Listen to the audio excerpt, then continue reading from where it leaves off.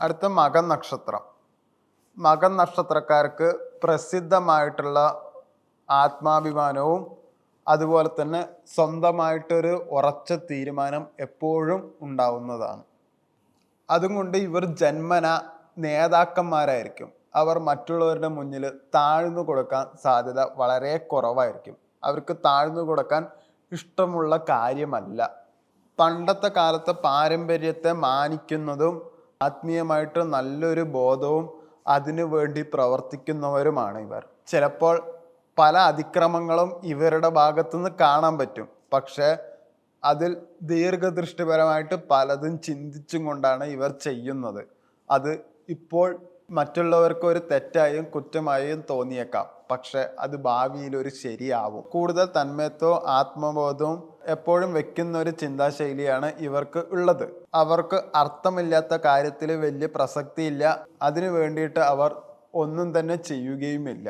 ഇവർക്ക് ഭാവിയിൽ administration, management, politics, brand ambassador, power, പദവി ഇങ്ങനെയുള്ള ഏത് കാര്യത്തിന് വേണ്ടിയിട്ട് ഇവർ പരിശ്രമിക്കുകയാണെങ്കിൽ ഇവർക്ക് അതിൽ കൂടുതൽ ശോഭിക്കാൻ കഴിയും. വിവാഹപ്പൊരുത്തം നോക്കുകയാണെങ്കിൽ ഇവർക്ക് ബന്ധചേരാവുന്ന നക്ഷത്രങ്ങൾ പുണർദം, മൂലം, ഉത്രട്ടാതി. കാരണം ഇവർ 3 പേർക്കും നല്ല വ്യക്തതയുള്ളതും കൊണ്ട് അവരുമായിട്ട് ഇവർ സ്വാഭാവികമായിട്ടും ആകർഷിക്കപ്പെടും. അതുമാത്രമല്ല ഇവർ കൂടുതലും ആത്മാഭിമാനം ഉള്ളവരെയും ആകർഷിക്കപ്പെടാറുണ്ട്. അവരുടെ അംഗീകാരം നേടാതെ സ്വന്തം ലഹരിയിൽ ജീവിക്കുന്നവരെ ഇവർ കൂടുതൽ ആകർഷിക്കപ്പെടാറുണ്ട്. ഞാനൊരു പ്രൊഫഷണൽ ആസ്ട്രോളജിസ്റ്റ് അല്ല, ഞാനൊരു പേഴ്സണലി ഒരു സൈക്കോളജിസ്റ്റാണ്.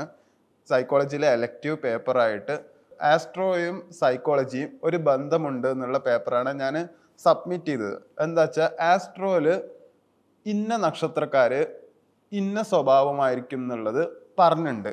അപ്പോൾ അത് ഞാൻ കുറച്ച് പേരെടുത്ത് പരീക്ഷിച്ച് നോക്കിയപ്പോൾ അത്യാവശ്യം 10 പേരിൽ 8 പേരും അത് ശരിയായിട്ട് തന്നെ വന്നു. അപ്പോൾ ഈ സ്വഭാവക്കാർ ഇങ്ങനെയൊക്കെ ചിന്തിച്ചാൽ ഇവരുടെ ഭാവി ഇങ്ങനെ ആയിരിക്കും എന്ന് ഒരു അസംഷനിൽ ഞാൻ എത്തി. ഇന്ന സ്വഭാവക്കാർക്ക് ഇന്ന നാളുകാർ മാത്രമേ ചേരുള്ളൂ എന്നത് എനിക്കതിൽ നിന്ന് മനസ്സിലാക്കാൻ പറ്റി. അങ്ങനെയാണ് ഞാനിത് പറയുന്നത്. ഇത് ഞാൻ പറയണ പോലെ ആയിരിക്കില്ല ബാക്കി പ്രൊഫഷണൽ ആയിട്ടുള്ള ആസ്ട്രോളജിസ്റ്റ് പറയുന്നത്.